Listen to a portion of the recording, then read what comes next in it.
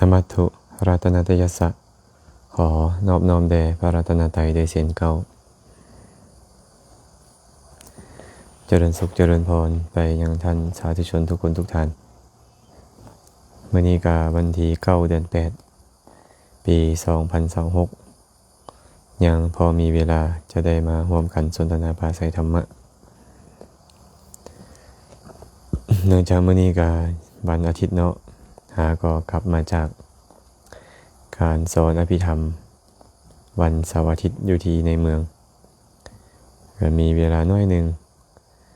จะมาร่วมกันสนทนาปราศัยธรรมะตามสมควรท่านใดที่เข้ามาแล้วก็ซอยคอมเมนต์มาบอกได้เลยว่าเสียงใช้ได้บ่สัญญาณชัดเจนดีบ่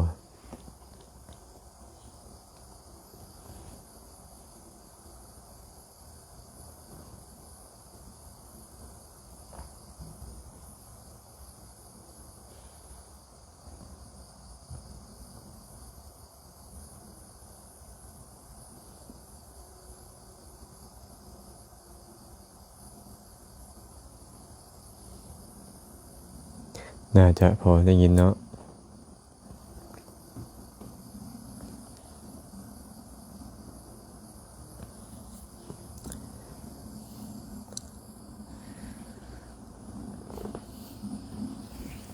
ผู้ใดเข้ามาแล้วใส่คอมเมนต์มาเด้อ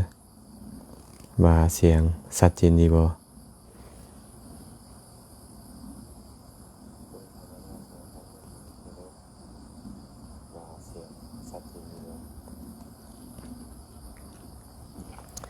แล้วก็แชร์ไปเป็นธรรมทานนำเด้อ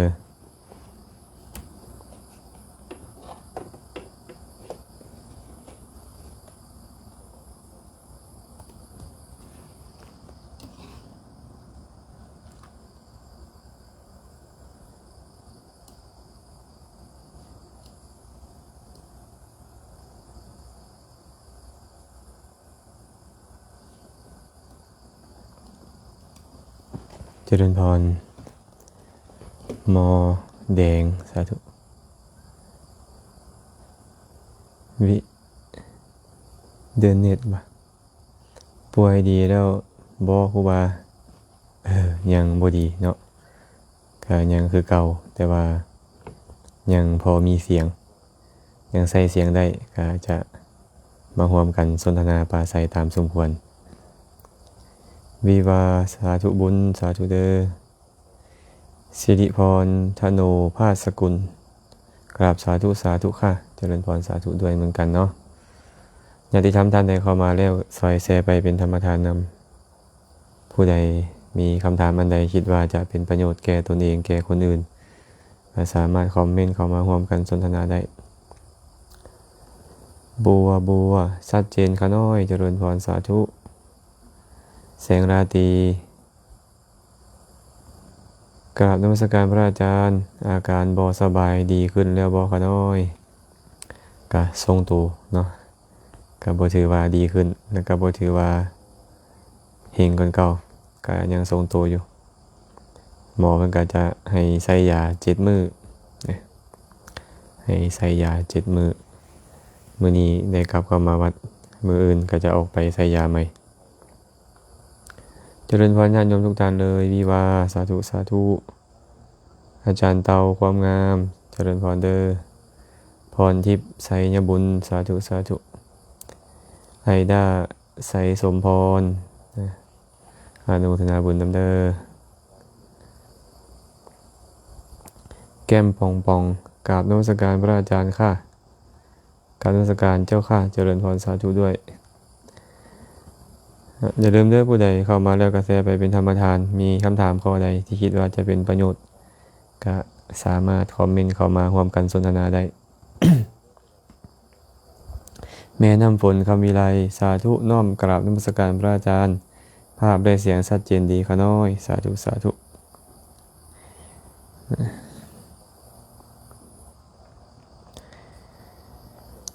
สอนไซดวงวิไสสาธุเด้อเอามาคำถามแรกเลยเนาะมาคำถามแรกเลยกราบนมัสการพระอาจารย์ข้าน้อยขอถามแด่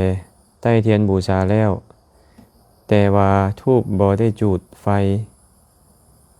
แบบนี้ก็ได้ว่าขาน้อยเพิ่นถามว่าได้ไต้เทียนบูชาก็น่าจะเป็นบูชาพระพุทธเจ้าบูชาพระพุทธรูปแต่ว่าทูปบ่ได้ติดไฟใส่ก็ได้อยู่บ่เนาะความจริงเรื่องการบูชาเทียนบูชาธูปเนี่ยจุดประสงค์คืออีหยังคนบูชาเทียนก็เพื่อที่จะให้แสงสว่างแม่นบ่บูชาเทียนก็เพื่อให้แสงสว่างบูชาธูปก็เพื่อให้กินให้ควันเนาะจุดประสงค์ของผู้บูชาตั้งแต่เดิมเป็นแบบนั้นทีนี้ถ้าเป็นกลางเว้นเฮาจำเป็นต้องใต้เทียนบ่ล่ะเมื่อแสงสว่างเพียงพอก็ตอบว่าใต้ก็ได้บ่ใต้ก็ได้ถ้าเป็นกลางคืนโอก็ควรใต้ควรบูชาด้วยการใต้ให้แสงสว่างเป็นทานเนาะส่วนธูปหากต้องการกลิ่นหอมบูชาก็จุดได้หากบ่ต้องการให้กินออกมาอยากจะวางบูชาแบบบ่ได้ใต้ก็บ่ผิดหยังสรุปง่ายๆก็คือว่าจะเฮ็ดแบบใดก็บ่ผิดขอแค่ว่าเจ้าต้องการบูชาพระสัมมาสัมพุทธเจ้าและเจ้ามุ่งประโยชน์อันใดเฮ็ดแบบนั้นก็บ่ผิดหยังเนาะตอบให้ไว้นี่เด้อ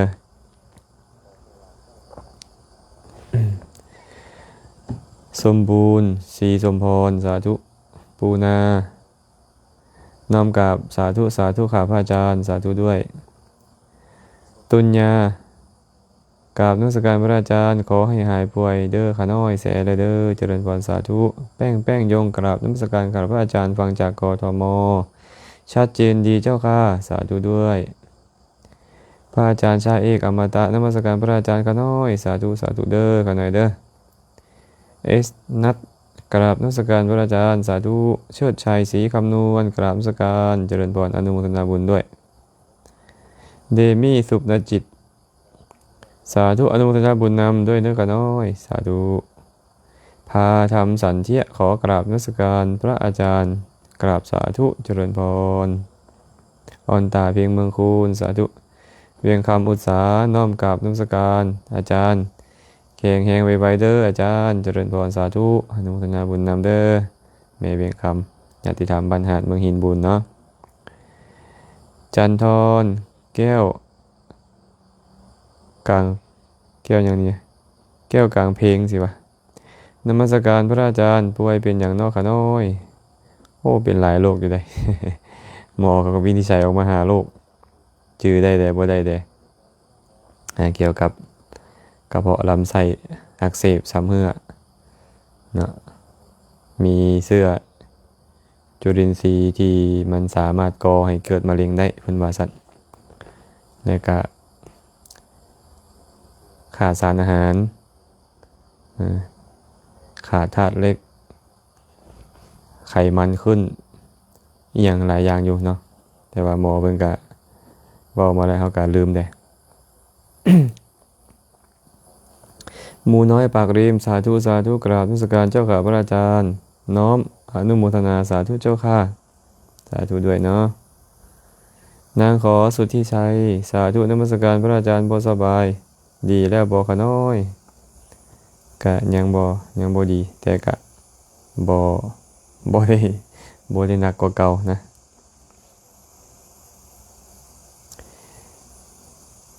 วิวเดนเน็ตแมนขาน้อยอยากเรียนอภิธรรมนำมื้อหน้าสิหาโอกาสไปเรียนอภิธรรมนำจิตเจตสิกรูปนิพพานเคยไปเรียนอ่านหนังสือของวัดระฆังบ่ค่อยเข้าใจปานใดไปเด้อผู้ใดอยากเรียนก็ไปสามารถไปได้วันเสาร์อาทิตย์อยู่ที่บ้านนี่ยังไงหลัก15เนาะบ้านหลัก15โนนหินแฮบอกเนาะหลัก15ผู้ใดอยากเรียนก็ไปเรียนได้เด้อก็จะมีทั้งอภิธรรมมีทั้งพระสูตรเนาะที่จะได้สอนจันสมรกราบนมัสการพระอาจารย์นิมนต์พักผ่อนหลายๆเด้อขาน้อยสาธุ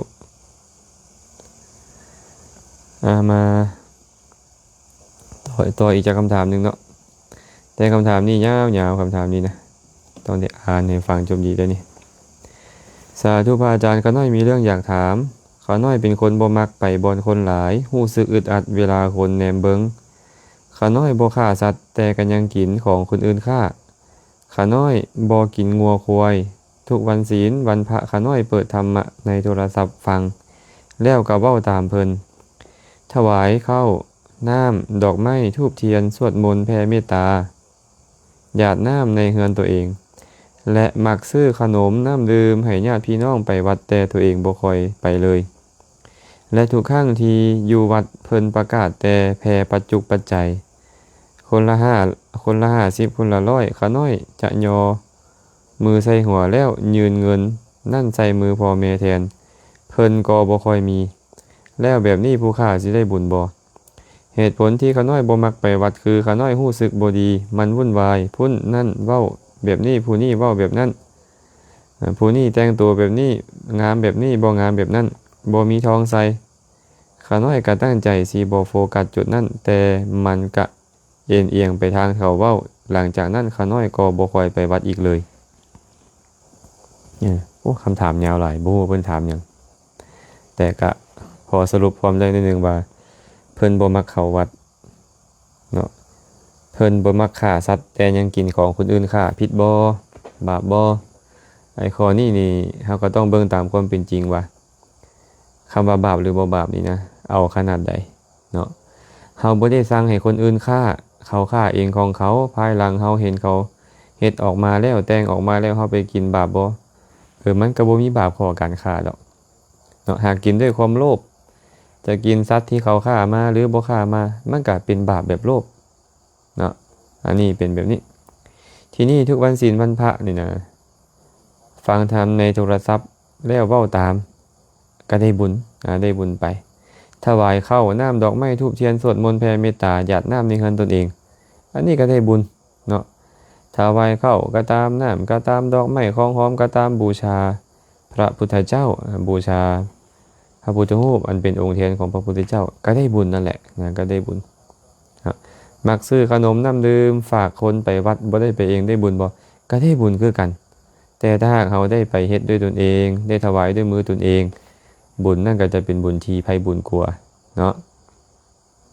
ได้ยินพระเพิ่นในเงินผู้ประกาศแผ่ปัจจุปัจจัย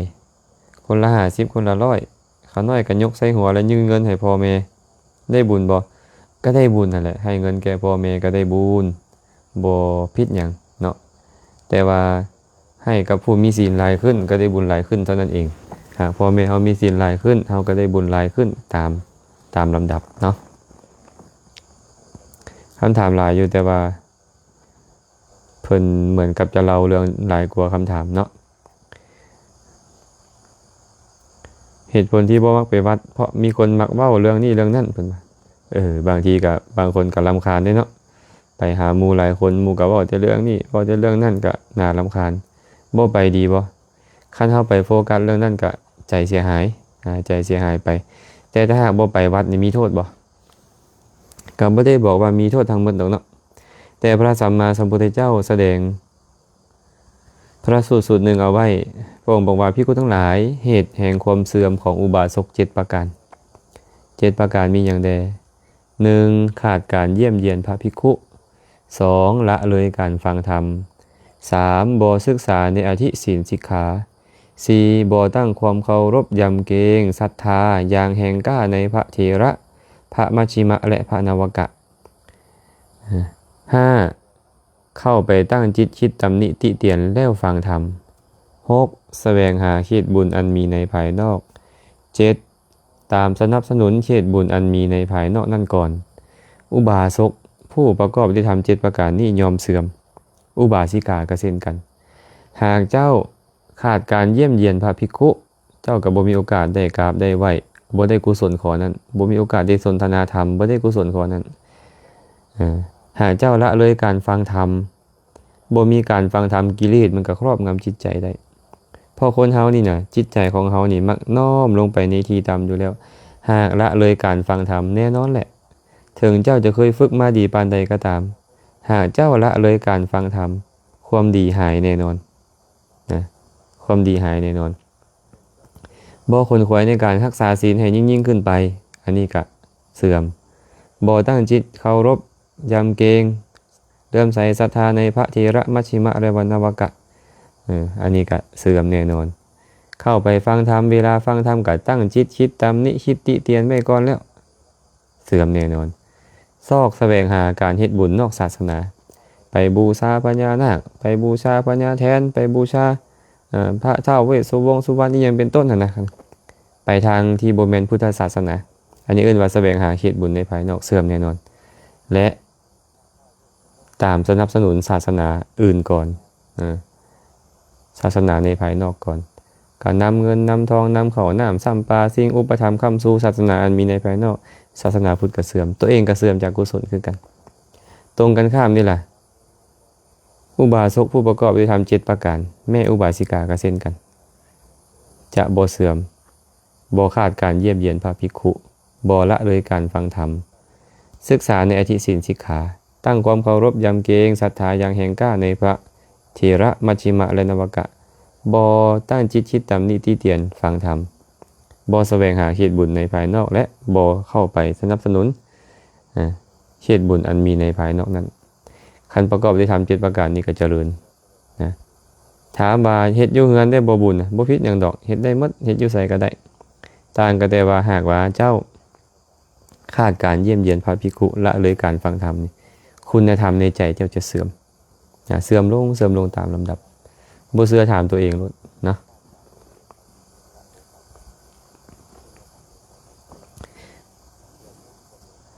น้อยจัน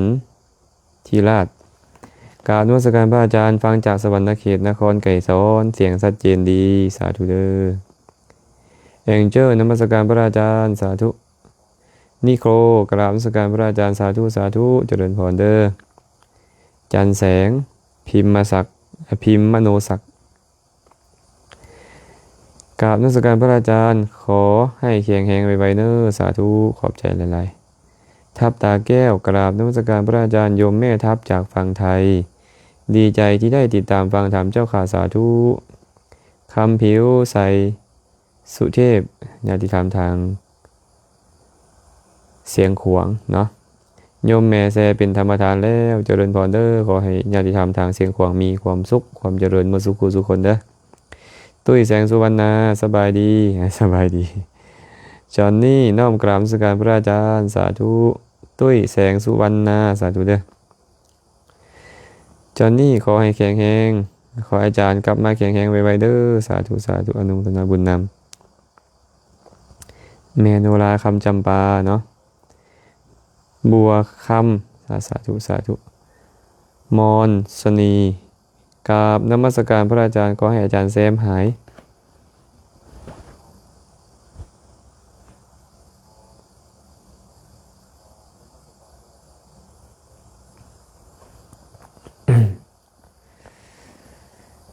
กราบนมัสการพระอาจารย์ขอให้อาจารย์แซมหายป่วยไวๆเด้ออาจารย์สาธุเด้อนิรันดรกราบนมัสการพระอาจารย์ขอให้หายดีไวๆเด้อขาน้อยสาธุเทนจุยวันใจกราบนมัสการพระอาจารย์ดีสาธุนางไร่บอยบุญพานมัสการอาจารย์เขาหน้าขอถามเป็นหยังพระชัมพูกะชีวกเพิ่นจึงยินดีพอใจในการกินอุจจาระเพิ่นเฮ็ดกรรมหยังมาบ่เพิ่นถามว่าพระชัมพูกะนะสมัยเพิ่นยังเป็นอาชีวกนี่นะเพิ่นมักกินอุจจาระของตนเองก็แปลกเลยเนาะคนเฮาเกิดมาในตระกูลเศรษฐีเราเกิดในตระกูลเศรษฐี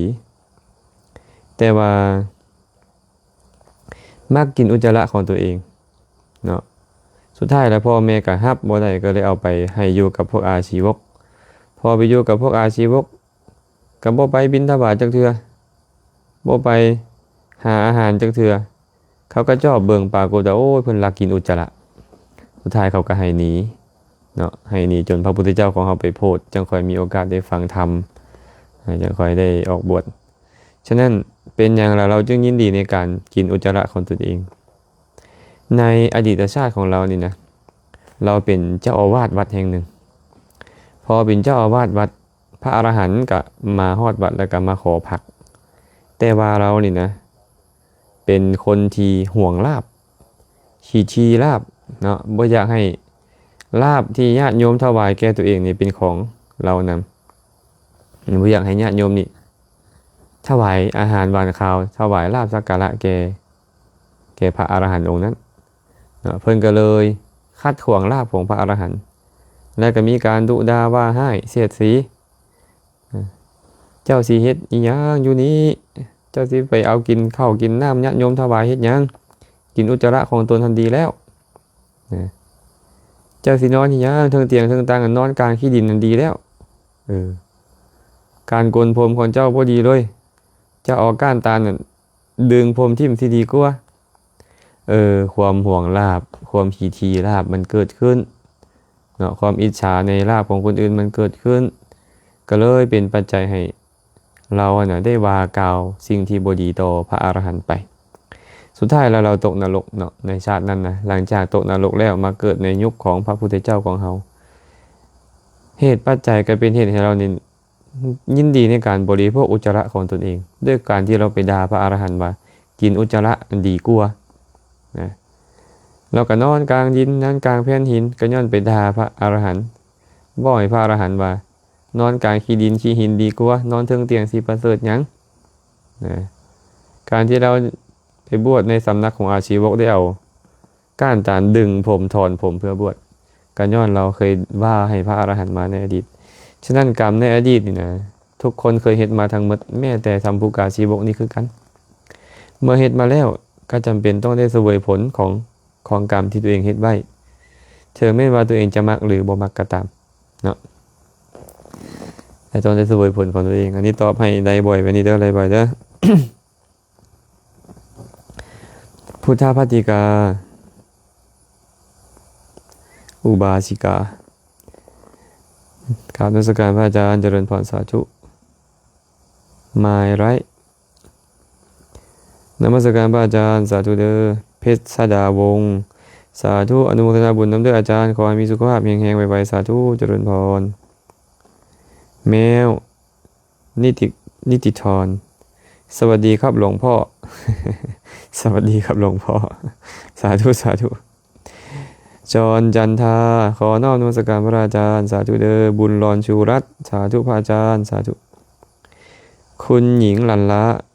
สาธุนมัสการพระอาจารย์อนุโมทนาบุญนำพระอาจารย์ไม่พอดีเนี่ยจันทรเนาะจันทรแก้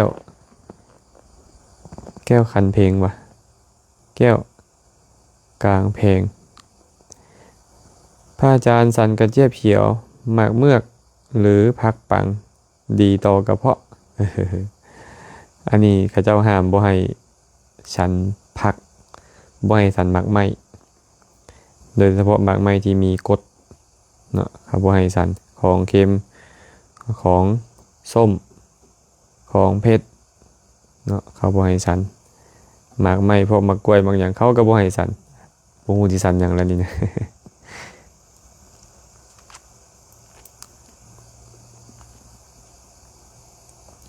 มันอยู่ที่ใจกราบนมัสการพระอาจารย์ก็ได้ฟังจากเมืองทาแต่งแข่งเสียกองขออนุโมทนาบุญนำสาธุเจริญพรสาธุเด้อเพชรสมัยดาวงศ์น้อมกราบนมัสการพระอาจารย์สาธุอานนท์ดีชาวไวๆเด้อสาธุเด้อสมบูรณ์สิริพรกราบนมัสการครูบาอาจารย์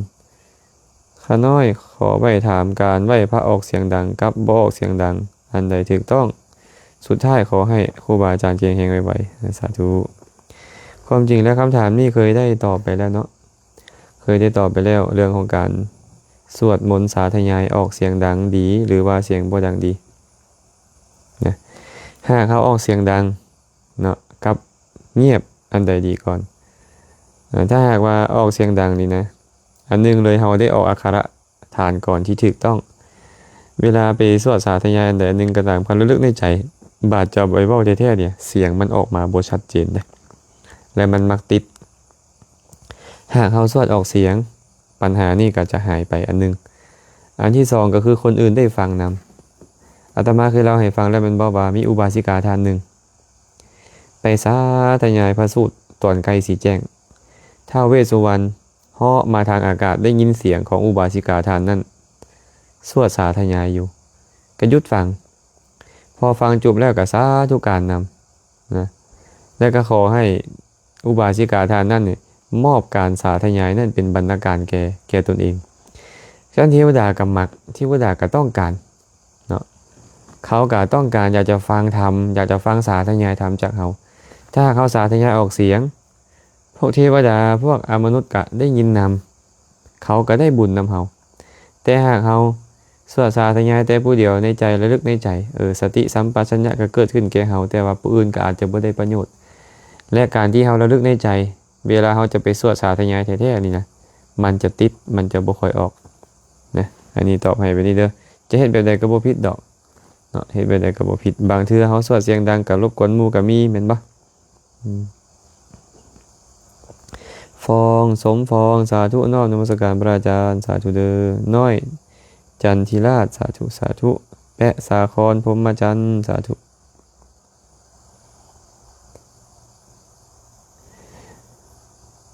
วินทอง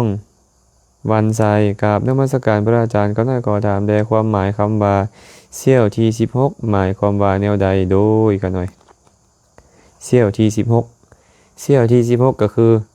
แบ่งออกเป็น16ส่วนเอาส่วนที่16นั้นนั่นว่าเสี้ยวที่16หรือภาษาบ้านเขาก็คือส่วนที่16นะอันนี้น่าจะบ่ได้เข้าใจยากปานใดเนาะตัวพอดใจยาเพชรน้อมกราบนมัสการพระอาจารย์ขออนุโมทนาบุญนำเด้อขาน้อยอาการใครแน่แล้วบ่ขาน้อยก็คือว่ายังปกติอยู่เนาะว่ายังปกติ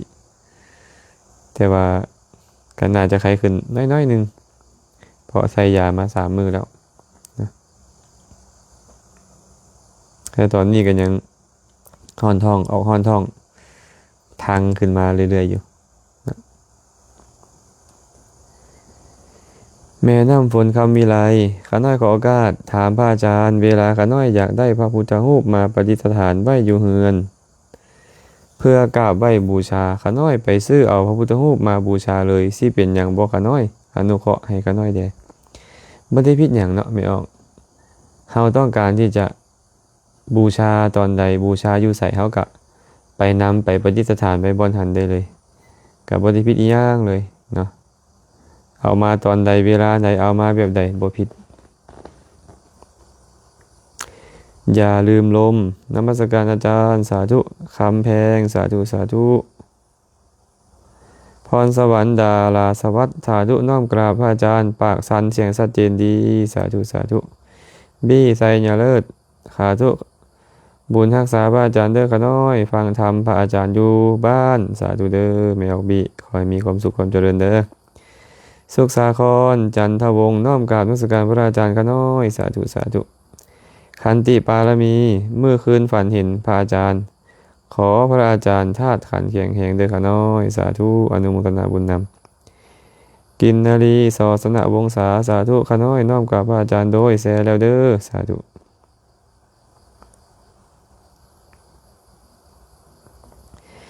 บัวขอกล้าถามสร้างเจดีย์กับสร้างบุคคลหนึ่งให้เป็นคนดีตัวใดได้บุญหลายก่อนขน้อยสร้างเจดีย์กับสร้างบุคคลให้เป็นคนดีอันใดดีก่อนขน้อยอันนี้ก็เป็นคำถามที่ดีเลยเนาะกะเบิ่งกันว่าสร้างเจดีย์สร้างเพื่อหยังสร้างคนให้เป็นคนดีดีแบบใดเอาสร้างคนให้เป็นคนดีก่อนสร้างคนให้เป็นคนดีมีหลายแบบดีแบบอยู่ถูกต้องตามกฎหมายบ้านเมืองอันนี้ก็ดีแบบหนึ่งดีแบบมีศีลมีธรรมก็ดีแบบหนึ่งดีแบบประกาศศีลประกาศธรรมได้ก็ดีอีกแบบหนึ่งมันหลายดีคำว่าสร้างคนให้เป็นคนดีนี่เขาต้องไปโฟกัสว่าดีแบบใดดีทำใดเนาะสร้างคนให้เป็นคนดีดีแล้วแต่ถ้าหากว่าสร้างคนให้เป็นคนดีมีศีลมีธรรมเข้าใจธรรมะคำสอนแตกฉานในธรรมะคำสอนนำคำสอนไปบอกไปกล่าวไว้ได้อันนี้ดีหลายอันดีหลายได้ดีหลายเนาะบัดนี้กลับมาเบิ่งสร้างเจดีย์บัดนี้สร้างเจดีย์นี่นะถ ามว่าสร้างเจดีย์นี่ได้หยัง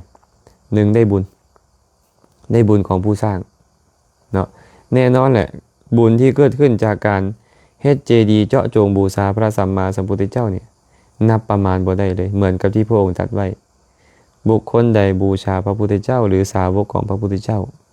บ่มีผู้ใดจะสามารถนับบุญนับอานิสงส์ที่เกิดขึ้นจากการบูชาข้างนั้นได้เลยว่า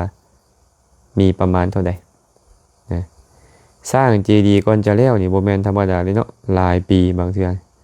สร้างเจดีย์กันจิตใจมันเกิดกุศลอยู่ตลอดกันกุศลนับประมาณบ่ได้และหลังจากเฮาตายไปเป็น100 ปีเป็นพันปีแล้วเจดีย์ยังอยู่ยังเฮ็ดให้คนที่ได้มาเห็นได้ระลึกถึงพระพุทธเจ้าเฮ็ดให้เขาเข้าถึงสุคติโลก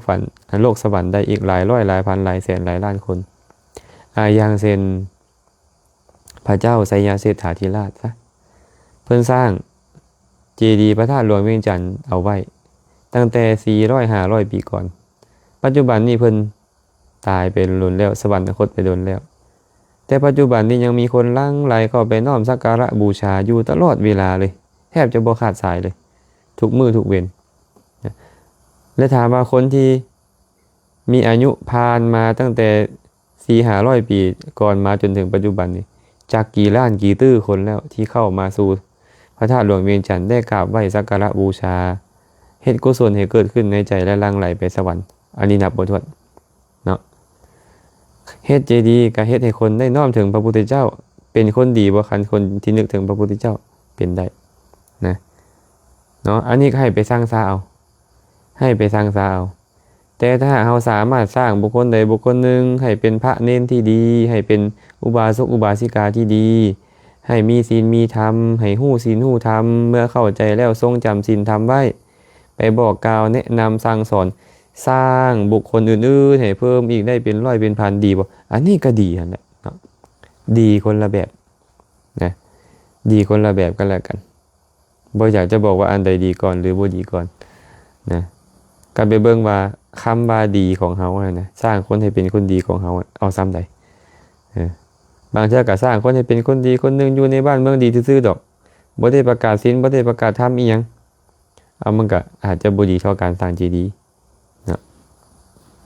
อันนี้แบบนี้เด้อ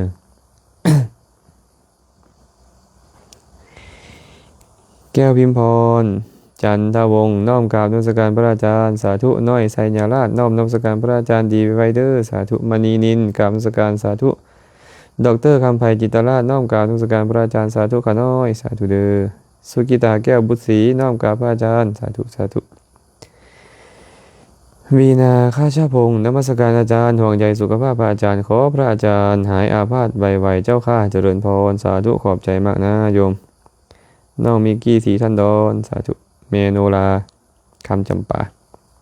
ตามหาผู้รักษาประตูหัวใจสาธุน้องแตงโม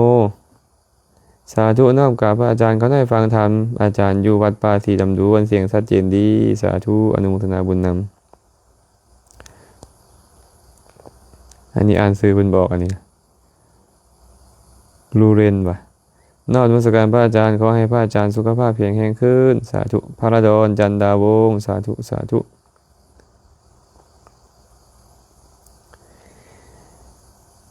แสงราตรีชัยภักดีกราบนมัสการพระอาจารย์พรหมวิหารสีและสังฆวัตถุสีเกี่ยวข้องกันอย่างใดสาธุขน้อยพรหมวิหารสีกับสังฆวัตถุสีเกี่ยวข้องกันอย่างใดแต่ละอย่างเราต้องเบิ่งกันเนาะพรหมวิหารสีมีอย่างใดเมตตากรุณามุทิตาอุเบกขาเมตตาแปลว่ามีความรักปรารถนาดีต่อคนอื่นอันนี้เรียกว่าเมตตากรุณาอีดูสงสารคนอื่นที่เขาตกทุกข์อยู่มุทิตาชื่นชมยินดีในเมื่อคนอื่นได้ดีมีสุขอุเบกขาวางใจเป็นกลางๆนะอันนี้เรียกว่าพรหมวิหารสีเป็นภาวนาอย่างหนึ่งส่วนสังฆวัตถุสี คือการให้ทานการเว้าจาอ่อนหวานการประพฤติสิ่งที่เป็นประโยชน์ต่อกันการมีตนเสมอกัน4อย่างทั้ง2ฝ่ายนี่คนละอย่างกัน แต่ว่าเมตตากรุณามุทิตาอุเบกขาพรหมวิหารทั้งสี่นี่นะเป็นปัจจัยให้เฮ็ดสังฆะวัตถุได้ง่ายขึ้นหากผู้ใดก็ตามมีเมตตากรุณามุทิตาเป็นต้นนี่ดีให้ทานได้ง่ายขึ้นแบ่งปันได้ง่ายขึ้นเบ้าจ่าอ่อนหวานได้ง่ายแน่นอนและน้อมนำแต่สิ่งที่เป็นประโยชน์เข้าไปหาคนอื่นแน่นอนและบอขี้โองบอขี้คุยแน่นอนหากผู้ที่มีพรหมวิหารสีฉะนั้นจะบอกว่าพรหมวิหารสีเป็นเหตุใกล้เป็นเหตุเกิดขึ้นของสังฆะวัตถุสีกะบ่ผิดอย่างเนาะอันนี้ตอบให้พ่อแสงราตรีแบบนี้เด้อ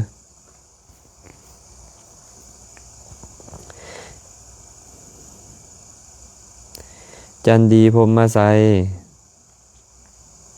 น้อมกราบพระอาจารย์ขอให้พระอาจารย์ดีไวๆข้าน้อยดีใจที่ได้ฟังธรรมสาธุข้าน้อยเจริญพรวงดนตรีเพชรโพไซน้อมสาธุสาธุพระอาจารย์เจริญพรสาธุน้อมมิกี้สีท่านดอนกราบพระอาจารย์ขอให้แข็งแรงไวๆเด้อสาธุแมวนิติธรหลวงพ่อเป็นอะไรครับขอให้หายดีเร็วๆนะครับเป็นห่วงนะครับเจริญพรสาธุหงคำดร.หงรัตดาเนาะญาติธรรมทางเซโนขอน้อมกราบพระอาจารย์ขอให้พระอาจารย์แข็งแรงไวๆเด้อข้าน้อยเจริญพรสาธุเด้อสามเณรบุญใหญ่จำปาเทพขอให้พระอาจารย์หายไวๆสาธุรัตดาวันอรวงศ์กราบนมัสการพระอาจารย์สุขภาพแข็งแรงสาธุอามรไซญะเสนาสาธุเด้อแม่นูเพียรแก้วมณีวงศ์สาธุฟ้ารู้ดินรู้กราบนมัสการพระอาจารย์ขอให้สุขภาพร่างกายแข็งแรงนะคะสาธุมันอยู่ที่ใจคอยหายไวๆบุญมีอินทวงศ์สาธุบัวคำวิสัยขออาจารย์หายไวสาธุเด้อทุกคนทุกท่านเลยไม้ทองพรหมอาจารย์กราบนมัสการพระอาจารย์ขอให้พระอาจารย์หายดีเน้อขน้อยขอให้พ่อไม่ออกข้ามอยู่วัดไปหาดอกหมากหุงผู้มาต้มให้สันเน้อขน้อย หรือว่าเปลือกหมากลิ้นไหมมาต้มสันเน้อขน้อยเจริญพรสาธุขอบใจหลายๆไม่มีแต่ผู้แนะนำยาเลยมื้อนี้นี่อนุโมทนาบุญนำเด้อพี่กุลศรีดงยางกราบสาธุพระอาจารย์เจ้าค่ะกำลังฟังอยู่จังหวัดตากเจ้าค่ะจังหวัดตากเจ้าค่ะเจริญพรจินดาราจันแดงอนุโมทนาสาธุเจริญพรเด้อสมเพชรอินทวงศ์สาธุแม่ต้องสายบุญสาธุภูเวียงสอสมพงศ์สาธุสาธุแม่ต้องสายบุญนมัสการพระอาจารย์ในคำสอนเจ้าค่ะเจริญพรสาธุตอมคำประเสริฐสาธุสาธุขอได้ขอโอกาสถามคาถาชินนบัญชรมีในพระพุทธศาสนาหรือบสาธุคาถาชินนบัญชรมีในพุทธศาสนาบ่ ก็ต้องถามว่าพุทธศาสนานี่เอาซ้ำใดเนาะคาถาชินนบัญชรก็เป็นคาถาที่ถูกแต่งขึ้นมาในภายหลังน่าจะเป็นท่านอาจารย์พุทธาจารย์โตพรหมรังสีของคนไทยเนาะพระเถระของไทยเพิ่นแต่งขึ้นเป็นคาถาที่อ้างเอาคุณพระพุทธพระธรรมพระสงฆ์ให้มาเป็นที่พึ่งแก่บุคคลผู้นั้นถามว่ามีในพุทธศาสนาบ่หากถามว่ามีในพระไตรปิฎกบ่ก็จะตอบให้ว่าบ่มีแต่ถ้าหากว่าครูบาอาจารย์ในพุทธศาสนานี่บ่แต่งคำเว้านี้ขึ้นมาก็ตอบว่าแม่นตอบว่าแม่นตอบแบบนี้เด้อพวงศรีมรกตสาธุแกนจันทร์มั่นทีเลิศขอนอนนมัสการพระอาจารย์ขอให้ทรงเศร้าไว้เด้อขะน้อยสาธุเด้อแสงเพียรน้อมกราบนมัสการพระอาจารย์เจริญพรสาธุนามเด้อแม่เพียรญาติธรรมทางเมืองปากลายเนาะขันติปารมีขอถามอาจารย์แดและขอคำแนะนำสำหรับขะน้อยที่จำพรรษาองค์เดียวควรระวังอย่างใดพระอาจารย์ให้คำแนะนำแด่ขะน้อยจำพรรษาองค์เดียวอยู่องค์เดียวระวังอย่างระวังมาตุคาม ระวังมาตุคามเคยมีเรื่องเราอันนี้เราสู่ฟังเนาะเราสู่ฟังมีพระองค์หนึ่งก็ค่อนข้างจะหน้าตาดีนะเพิ่ พิ่นก็ไปจำพรรษาอยู่วัดหนึ่งอันนี้จำหลายองค์เนี่ยบ่ได้จำองค์เดียวก็ปรากฏว่าไม่ออกมามักเพิ่นเนาะพอไม่ออกมามักแล้วนี่เขาก็จอบจะคุบเอาเพิ่นบ่เนี่ยเข้าใจคำว่าจอบจะคุบเอาเนาะก็หาวิธีอยากให้ได้เพิ่นนั่นแหละก็พากันให้ไม่ออกผู้นั้นเข้าไปหาพระองค์นั้นพวกญาติพี่น้องกับจอบอยู่นอกนะไปดึกๆเนี่ยไปคนเดียวไม่ออกก็ได้ขึ้นประตูไปเคาะประตูครูบาองค์นั้นเพิ่นก็คิดว่าเป็นไอ้จัวน้อยมาเพิ่นก็เปิดประตูพอเปิดประตูแล้วก็ไม่ออกนั่นก็ยู่พระองค์นั้นเข้าไปในห้องเลยพอเข้าไปในห้องก็ไปอยู่กับน้ำกันในห้องเว้าหยังก็เว้าบ่ได้พระองค์นั้นจนคนมาเห็นแต่บ่ได้เฮ็ดหยังแต่เขาก็บ่วางซั่นติล่ะเนาะคันมีโยมผู้หญิงอยู่ในห้อง2 ต่อ 2แล้วถึงบ่มีหยังข้าเจ้าก็ว่ามีสุดท้ายแล้วก็ถูกจับซิกได้ซิกไปพอซิกไปก็บ่ได้อยู่นํกันจ้อยเนาะเขาก็เอาอยู่นำ2-3 เดือนสุดท้ายแล้วก็ไล่นี้ก็แบบนั้นแหละอยู่คนเดียวระวังแนวคิดอยู่กับมิตรระวังคำเว้าระวังแนวคิดของเฮาอยู่ผู้เดียวนี่นะบ่มีครูบาอาจารย์ให้โอวาทนี่ต้องระวังหลายตัวนี้แล้วก็วางเรื่องของผู้ยิงของญาติโยมผู้เข้ามาหาคันเป็นไปได้ก็ให้มีพอออกไม่ออกขออภัยขอให้มีพอออกหรือว่าไอ้จัวอยู่ใกล้จักหน่อยนึงเพราะว่าสมัยปัจจุบันนี้ยุคผู้หญิงหาผัวเจ้าหัวหาเงินเพิ่นว่าผู้เฒ่าเพิ่นเว้านั่นนี่ดีเด้ยุคสมัยปัจจุบันนี้นะยุคผู้หญิงหาผัวเจ้าหัวหาเงินบางเทื่อผู้หญิงเขาก็มักแท้ๆได้มักพระนี่ก็ได้หาอุบายหาวิธีที่จะได้พระมาเป็นผัวนะคันพระหน้าตาดีๆนี่ยังแห้งบ่เว้าแหละเนาะบางเทื่อในตาบอดเขาก็ยังเอาขาเคเขาก็ยังเอามันงามบนได้อันผ้าตาบอดขาเคนี่งามน้ำผ้าเหลืองนุ่งผ้าเหลืองเข้าไปแล้วโอ้ยคือบางงามไปเบิดคือว่าดูดีไปเมิดที่แท้แล้วย้อนหยังฮู้บ่เขาคิดว่าพระนี่โง่พระนี่โง่พระนี่นะโง่จังได๋ล่ะเอ้ามีศีลมีธรรมดีบ่ลักขโมยของไผบ่ชอบบ่โกงไผบ่ลิ้นสู้แผนทานสาวอีหยังบ่เว้าตัวบ่เว้าต้มบ่ดื่มน้ำเมาหลอกได้ง่ายพวกพระนี่นะ ก็ประมาณนั้นแหละเนาะท่านพวกเขาต้องระวังเด้อต้องระวังเรื่องศีลเรื่องอาบัติของตัวเองก็ต้องได้ระวังเนาะควรศึกษาในศีลของตัวเองธรรมดาแล้วคันผู้ใดก็ตามอายุพรรษาบ่ฮอด5 พรรษาทองภิกขุปาจิโมกข์ภิกขุณีปาจิโมกข์บ่ได้นะบ่ฮู้จักสังฆกรรมน้อยใหญ่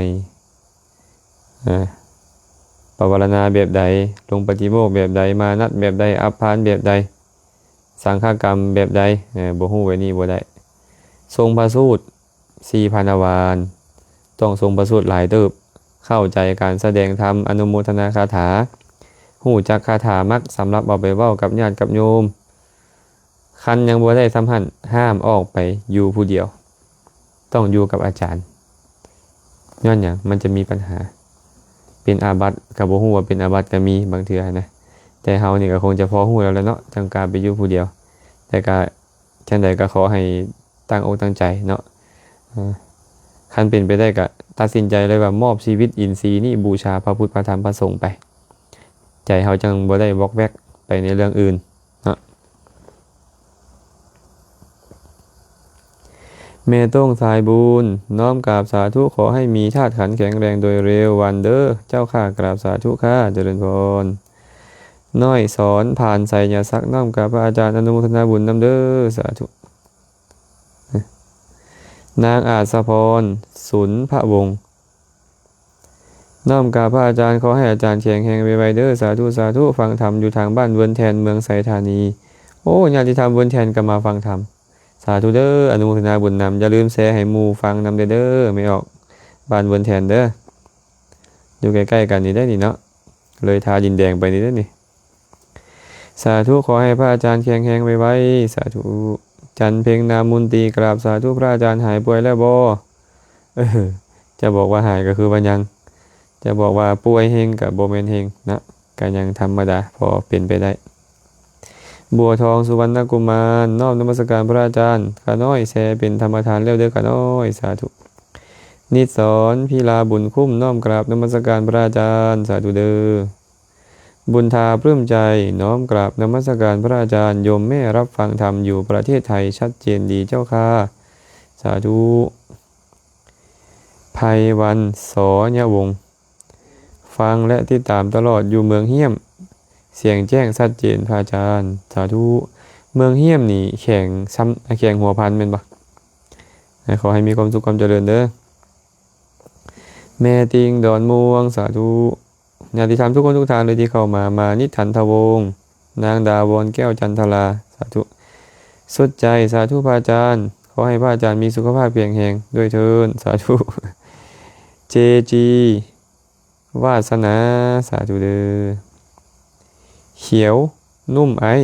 น้อมกราบนมัสการพระอาจารย์ขอให้พระอาจารย์สุขภาพเพียงแรงเด้อสาธุมาอีกคำถามหนึ่งเนาะนิโคร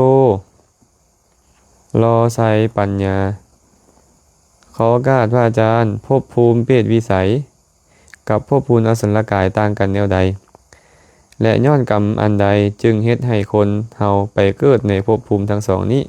ขอให้พระอาจารย์ตอบชี้แจงแด่สาธุภพภูมิเปรตกับภพภูมิอสุรกายต่างกันแนวใดพระสัมมาสัมพุทธเจ้าแสดงเรื่องคติเอาไว้ห้าอย่างเด้อคติแปลว่าที่ไปเกิด1นิระยะคติ2ติรัจฉานคติ3เปตติคติ4มนุสสคติ5เทวคตินิระยะคติแปลว่าที่ไปคือนรกติรัจฉานคติที่ไปคือกำเนิดเดรัจฉานเปตติคติที่ไปคือเปรตวิสัยมนุสสคติที่ไปคือมนุษย์เทวคติที่ไปคือเทวดาบ่ได้แสดงเรื่องของอสุรกายวิสัยเอาไว้นะบ่ได้แสดงเรื่องของคติอสุรกายเอาไว้ฉะนั้นเพิ่นเลยอธิบายว่าอสุรกายก็เป็นหนึ่งในเปรตจำพวกหนึ่งนะสงเคราะห์เขาแล้วในเปรตนั้นคติของเปรตและคติของอสุรกายจึงเป็นคติเดียวกันเป็นคติเดียวกันเป็นที่ไปเดียวกันต่างแต่ว่าพวกอสุรกายนี่จะเป็นเปรตพิเศษที่มีใจวาดหวั่นย่านกลัวอยู่ที่แจ้งบ่ค่อยได้อยู่แต่ที่มืดเป็นต้นนี่นะมีความหวาดหวั่นในใจอยู่เสมอพวกอสุรกายนี่นะแต่ก็เป็นเปรตจำพวกหนึ่งเนาะถามว่าเหตุบุญกรรมอะไรจังไปเป็นเปรตล่ะเปรตเนี่ยมันมีแต่ความหิวมีแต่ความกระหายเหตุยังไปเกิดเป็นเปรตอ่ะนี่แหละกับความหิวความกระหายเนี่ยอยากได้นี่อยากได้นั่นอยู่เรื่อยๆงานบ่สิ้นสุดมีแต่ความอยากอยู่เรื่อยๆงานบ่คันตายกับเป็นเปรตในเมืองคนเลยอสุรกายก็มีแต่ความหวาดหวั่นมีแต่ความย่านกลัวมีแต่ความเก้อเขินพวกนี้นะจิตใจเต็มไปด้วยโมหะพวกนี้พวกนี้ก็จะไปเป็นอสุรกายเนาะแต่ว่ามันบ่แน่นอนมันบ่แน่นอนบาปอกุศลอย่างใดอย่างหนึ่งนี่นะหลังจากบุคคลแตกกายทำลายแล้วยังพาให้ไปเกิดในนรกได้หมดเนาะหลังจากพ้นจากนรกแล้วก็ไปเกิดในกำเนิดของเปรตของอสุรกายได้ส่วนหลายแล้วนี่นะเศษกรรมจังคอยเป็นเหตุให้ไปเกิดในกำเนิดของเปรตวิสัยอสุรกายนั่นนะอันนี้ตอบให้แบบนี้เด้อมองลีอาซางสาธุขออนุโมทนาบุญอาจารย์เด้อสาธุสายน้ำวิรุณกราบนมัสการพระอาจารย์หายดีแล้วหรือคะท่านน่าจะได้ฟังไปแล้วเนาะแม่ดำมณีคำน้อมกราบนมัสการพระอาจารย์สุขภาพเพียงแรงหายดีไวๆเด้อสาธุสาธุไสยสอนนัดขอกราบเนาะขอกราบนอบน้อมนมัสการพระอาจารย์สาธุสาธุแม่พรหมณีน้อมนมัสการพระอาจารย์ก็น้อยสาธุเด้อสิริปัญโยภิกขุโอนมัสการพอทานใหญ่เป็นอย่างน้อหายไปไวเด้อ เป็นหลายโรคกันเลย5-6 โรคเนาะก็เลยต้องได้ใส่ยา6-7 มื้อนะขอบใจพอทานเด้อก็หน่อยที่เข้ามาฟังการมาถามข่าวเขาหน่อยได้เฮ็ดบุญอันใดในการกล่าวเทศนาธรรมในการสอนธรรมะอีกอย่างต่างๆก็ขอน้อมบุญทั้งหมดบูชาพระทานใหญ่เด้อกันหน่อยเด้อ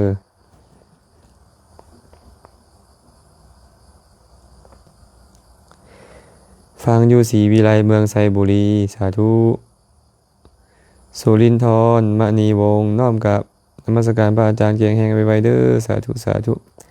นางอาสาพรสุนทรวงศ์สาธุแม่น้ำฝนกับวิไลแสเป็นธรรมทานแล้วกันน้อยตุลภ านิกาสาธุสาธุแบบไหนที่เธอรักน้อมกราบนมัสการพระอาจารย์ฟังทุกมื้อเด้อค่ะน้อยอนุโมทนาบุญนำมุสุขุสุขคนแขกเฮ้าออนจันทร์สาธุสาธุช่างต้นเชียงแสนสาธุเนาะ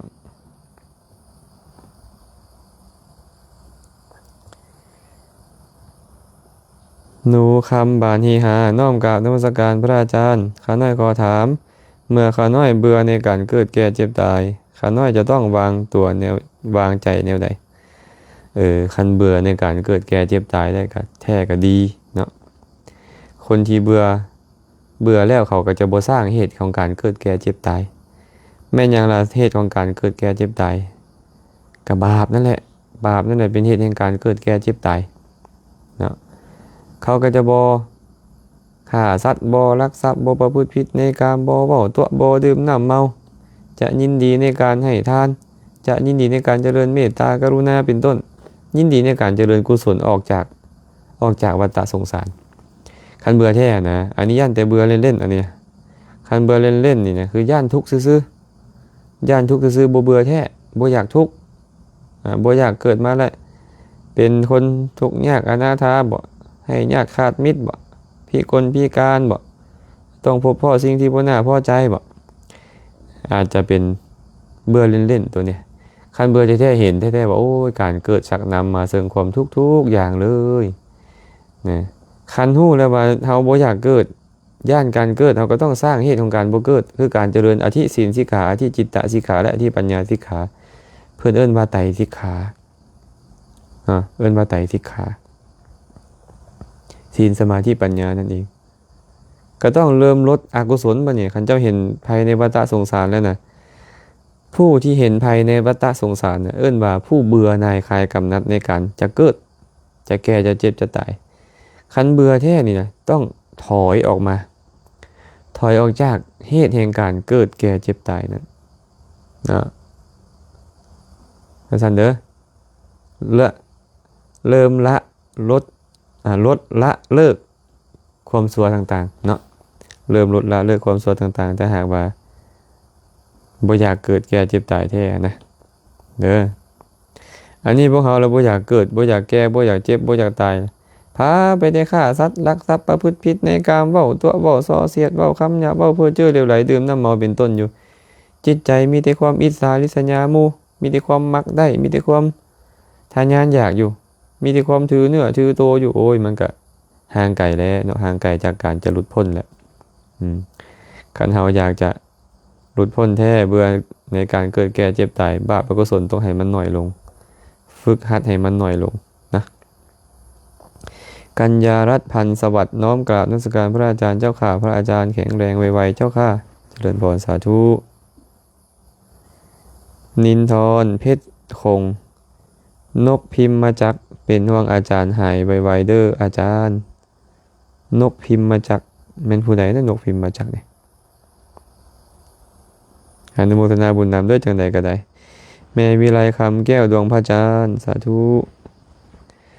จันทร์บุตรวงศ์กราบนมัสการพระอาจารย์แซมอาการดีขึ้นแล้วบ่คะน้อย ยัง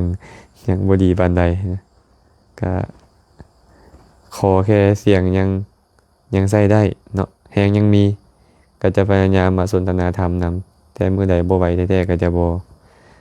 บ่มาสนทนาเนาะหานอาหารมวลใจครับจัดงานทุกประเภทสาธุข้าน้อยขออนุโมทนาบุญนำพระอาจารย์และขอให้พระอาจารย์แข็งแรงไวๆเด้อสาธุตุนตานมัสการพระอาจารย์ขอให้พระอาจารย์แข็งแรงไวๆสาธุจันทุดาจันทามีนาวงศ์น้อมกราบนมัสการพระอาจารย์ข้าน้อยแท้แล้วเด้อสาธุสาธุ